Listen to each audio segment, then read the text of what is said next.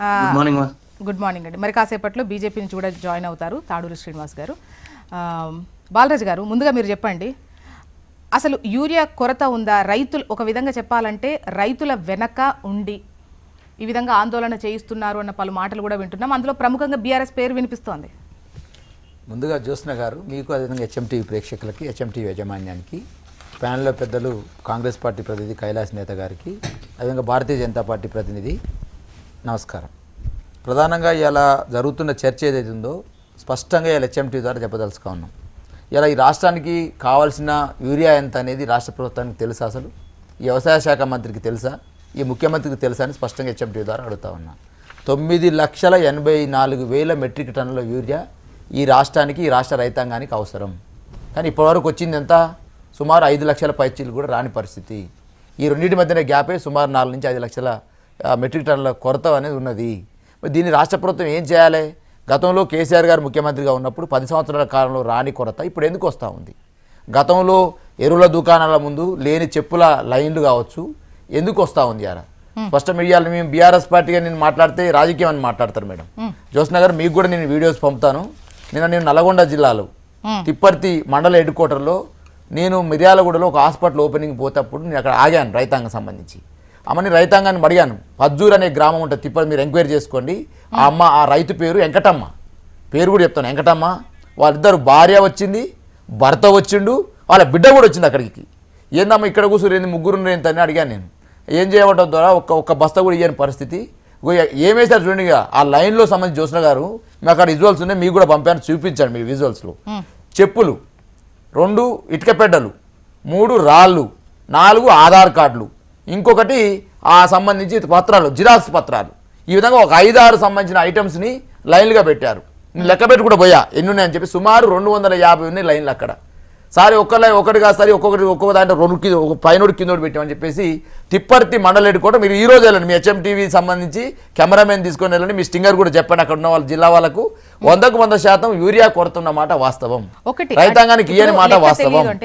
ఈ ప్రభుత్వానికి ముందస్తు చూపు లేకపోవడం అర్థమవుతా ఉంది. వచ్చింది కాకపోతే ఆల్రెడీ బఫర్ స్టాక్ వచ్చేసి 2 లక్షలు ఉంది. సో ఆ విధంగా చూసుకున్న 7,60,000 మెట్రిక్ టన్నులు అయితే ఉంది. మొదటి విడతగా ఇప్పటికిప్పుడు ఇవ్వడానికి ప్రభుత్వం దగ్గర ఉంది. కాకపోతే లేదు అన్నటువంటి ఆందోళన పెద్ద ఎత్తున ముందు పొలిటికల్గా జరగడం వల్ల రైతులు పెద్ద ఎత్తున తీసుకొని ముందస్తుగా కొంచెం పెద్ద రైతులు ఎవరైతే ఉంటారో కొన్ని బస్తాలు తీసుకెళ్లడము అట్లాంటివి జరిగాయి. ఈ ఆందోళన క్రియేట్ చేయబడ్డది అనేది వాళ్ళ ఉద్దేశం. నేనేమంటే ఇప్పుడు క్రియేట్ నేను కూడా అక్కడ రైతుల దగ్గరికి వెళ్ళి మాట్లాడా. అమ్మ, నేను బీఆర్ఎస్ పార్టీగా కార్పొరేషన్ చైర్మన్ గా ఉన్నాను. నేను మీ దగ్గరకు వచ్చి మేము యూరియా బస్తాలు ఉందని అడిగితే రాజకీయం అంటున్నట్టే వాళ్ళ మాటల్లోనే మీ విజువల్స్ మీకు స్పష్టంగా వాళ్ళు ఏం మాట్లాడారనే అంశాన్ని ఒకసారి స్పష్టంగా చూపెడతామ్మా. నేనంటే ఇదేదో మేమేదో రాజకీయం కోసం చేస్తున్నట్టు వీళ్ళు మాట్లాడుతున్న మాటలు ఏదైతుందో ఇది అబద్ధం అనే అంశాన్ని స్పష్టమైన తెలియజేస్తా ఉన్నా. నేను ప్రధానంగా వాళ్ళు మాట్లాడింది ఏంది?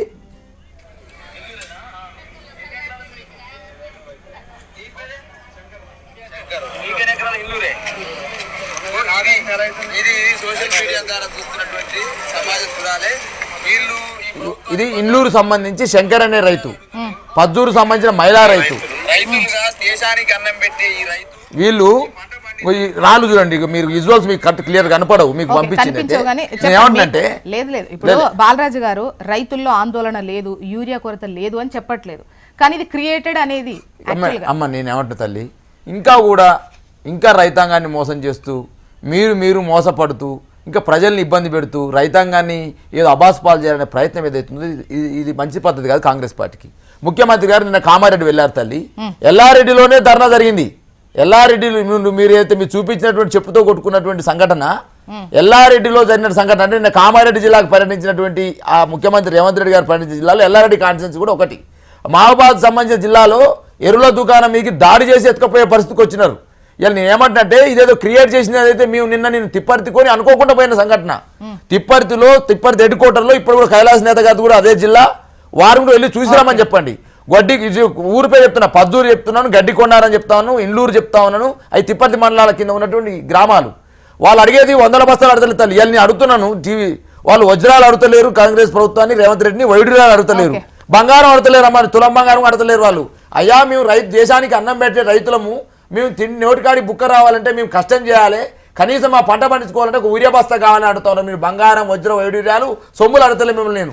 ఇక రేవంత్ రెడ్డి గారు నిన్న వెళ్ళి కామారెడ్డి వీళ్ళు ఏం మాట్లాడుతూ ఉన్నారు, వాళ్ళ ఎవరు లైన్లు తీసుకొచ్చి సినిమా టాకీసులో లైన్లు నిలబెడతారని చెప్పేసి మాట్లాడుతూ ఉన్నారు. ఇదేం అన్యాయం అండి. రేవంత్ రెడ్డి గారు చేయాల్సింది జ్యోత్స్న గారు ఇది ఆవేదనతో చెప్తున్నటువంటి మాటలు ఇవి. ఇలా రైతాంగానికి మీకు చేతనైతే ఎందుకు బఫర్ స్టాక్ తెప్పించుకోలేరు, ఎందుకు కేంద్రాన్ని మీ దగ్గర పోయి విన్నవించలేరు, కేంద్రం నుంచి ముందస్తుగానే ఎందుకు రైల్వే ట్రాకులు ఏదైతే గూడ్స్ బండిని పెట్టలేకపోయినరు, ఎందుకు ట్రాన్స్పోర్ట్ చేయలేకపోయినరు, ఈ ఒక కొరత అంటున్నారు, అక్రమంగా సృష్టించినటువంటి కొరత అని మాట్లాడుతూ ఉన్నారు. ఇవాళ మీరు మీ వ్యవసాయ కేంద్రాల్లోనే మీ కాంగ్రెస్ పార్టీ లీడర్లే అక్రమంగా తరలిస్తున్నారు. ఆధార్ కార్డులు పెట్టి అక్రమంగా మీ ఎమ్మెల్యేలుగా ఉన్న వాళ్ళు, మీ సంబంధించిన పిఎస్సి చైర్మన్ గా పనిచేస్తున్న వాళ్ళు ఆధార్ కార్డు రైతుల యొక్క ఆధార్ కార్డులు పెట్టి బ్లాక్ మార్కెట్లు అమ్ముతా ఉన్నారు.